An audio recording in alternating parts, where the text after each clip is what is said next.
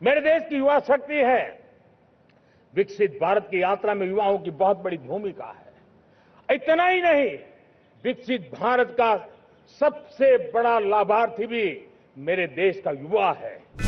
अगर कोई अंधभक्त आपसे कहे ना कि जंतर मंतर प्रोटेस्ट से क्या हुआ, आपके परिवार में कोई मोदी भक्त आपसे ये सवाल करे कि भाई जंतर मंतर प्रोटेस्ट का क्या फायदा हुआ, तो आज प्रधानमंत्री ने लाल किले की प्राचीर से जो भाषण दिया है वो भाषण उन्हें दिखाइए, क्योंकि आज प्रधानमंत्री के भाषण में देश की नई जनरेशन, खासकर जेन ज़ी और जेन अल्फा को लेकर खास फोकस दिखाई दिया। सबसे बड़ी बात दोस्तों, प्रधानमंत्री नरेंद्र मोदी ने युवाओं के लिए कई बड़ी घोषणाएं की।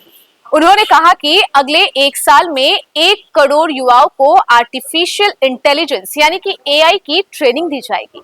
यानी जिस एआई को लेकर आज का युवा अपने करियर और भविष्य को देख रहा है, वही एआई आज प्रधानमंत्री के लाल किले के भाषण का एक अहम हिस्सा बन गया। एआई का विस्तार बहुत तेजी से बढ़ रहा है।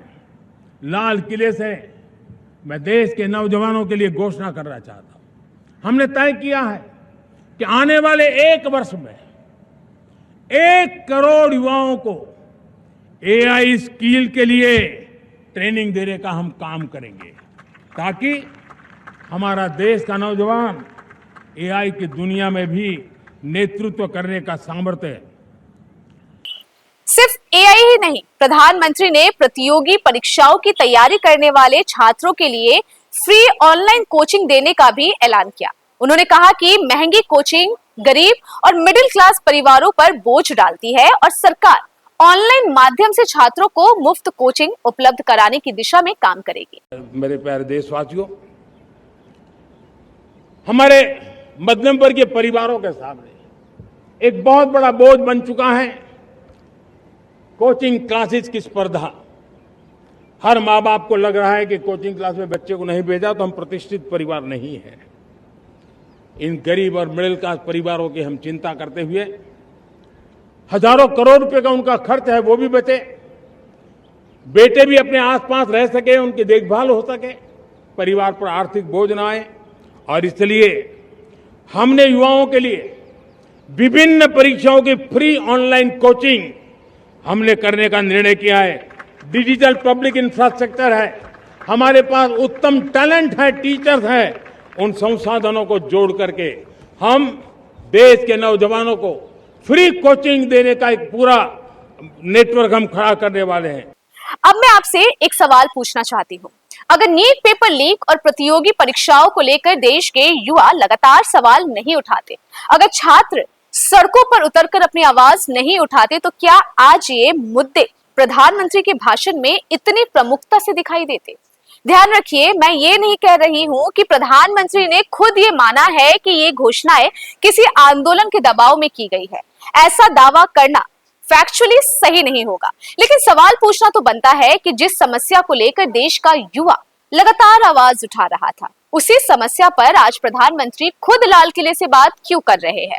अगर कोई आपसे पूछे कि जंतर मंतर प्रोटेस्ट में क्या हुआ, तो उसे सिर्फ प्रदर्शन की तस्वीरें मत दिखाइए, उसे आज का प्रधानमंत्री का भाषण भी सुनाइए और फिर पूछिए, क्या किसी मुद्दे का सत्ता के सबसे बड़े मंच तक पहुंचना अपने आप में उसे मुद्दे की ताकत नहीं दिखाता? लेकिन दोस्तों, प्रधानमंत्री का भाषण सिर्फ एआई और कोचिंग तक सीमित नहीं था। उन्होंने रोजगार, manufacturing, MSME, startup, technology, defence, ऊर्जा और आत्मनिर्भर भारत जैसे मुद्दों पर भी बात की। साथ ही 2047 तक विकसित भारत के लक्ष्य को लेकर अपनी बात रखी। प्रधानमंत्री ने खेलों को लेकर भी बड़ा ऐलान किया। उन्होंने 5 से 15 साल की उम्र के बच्चों में खेल प्रतिभा तलाशने के लिए देश भर में टैलेंट हंट अभियान की बात कही, जिसमें गांव, शहर और स्कूलों में प्रतिभाओं की पहचान करने की योजना बताई गई। जब इतनी सारी सिद्धियां हमारे सामने हो, इतनी तेज गति दिखाई देती हो, देशवासियों का सामर्थ्य पल पल प्रकट होता है, तब तो 2047 में विकसित भारत बनने का संकल्प कभी भी अधूरा नहीं रह सकता है। ये सारे आंकड़े इस बात की गवाही देते हैं कि हम आगे बढ़ने वाले हैं। लेकिन दोस्तों, अब आते हैं भाषण के उस हिस्से पर जहां प्रधानमंत्री ने देश के सामने मौजूद चुनौतियों और संकटों की बात की।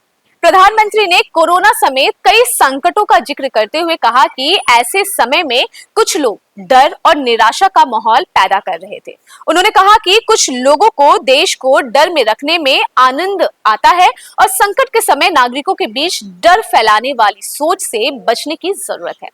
अब यहाँ मेरा एक सवाल है, प्रधानमंत्री जी, संकट के समय डर फैलाना गलत है, बिल्कुल, लेकिन सरकार से सवाल पूछना और सरकार की तैयारियों पर सवाल उठाना क्या डर फैलाना है?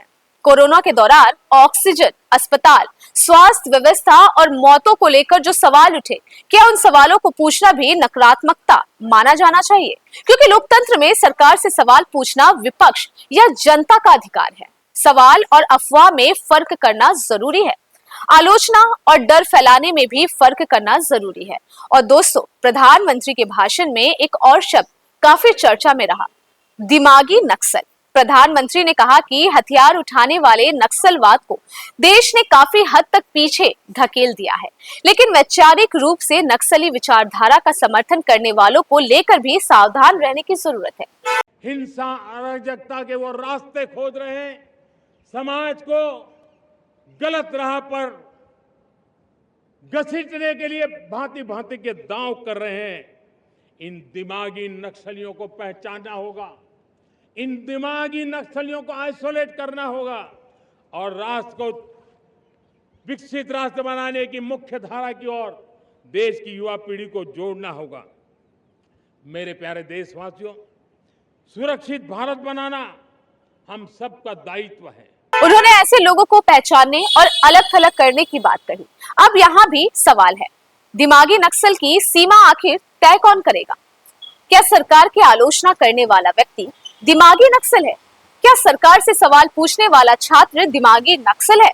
क्या आंदोलन करने वाला युवा दिमागी नक्सल है? या फिर प्रधानमंत्री का इशारा सिर्फ उन लोगों की तरफ है जो वास्तव में हिंसक नक्सली विचारधारा का समर्थन करते हैं? क्योंकि लोकतंत्र में असहमति और हिंसा के बीच फर्क करना बेहद जरूरी है। और यहीं से कहानी वापस जंतर मंतर पर आती है। किसी आंदोलन की सफलता का मतलब हमेशा ये नहीं होता कि अगले दिन सरकार उसकी हर मांग मान ले। कई बार आंदोलन की ताकत इस बात में होती है कि जिस मुद्दे को नजरअंदाज किया जा रहा था, वो मुद्दा लगातार चर्चा बना रहा और आखिरकार सत्ता को भी उस पर जवाब देना पड़ा। आज प्रधानमंत्री ने एआई ट्रेनिंग की बात की, फ्री ऑनलाइन कोचिंग की बात की, युवाओं के लिए रोजगार और नए अवसरों की बात की। तो अगली बार अगर कोई आपसे पूछे जंतर मंतर प्रोटेस्ट से क्या हुआ, तो उससे कहिए आंदोलन का असर हमेशा उसी दिन दिखाई नहीं देता, लेकिन जब युवा किसी मुद्दे को लेकर लगातार सवाल करता है और वही मुद्दा देश के प्रधानमंत्री के भाषण का हिस्सा बन जाता है, तो कम से कम उस आवाज की अनदेखी करना मुश्किल जरूर हो जाता है। लेकिन अब असली सवाल ये है, घोषणाएं तो हो गई, अब उनका असर जमीन पर कब दिखाई देगा?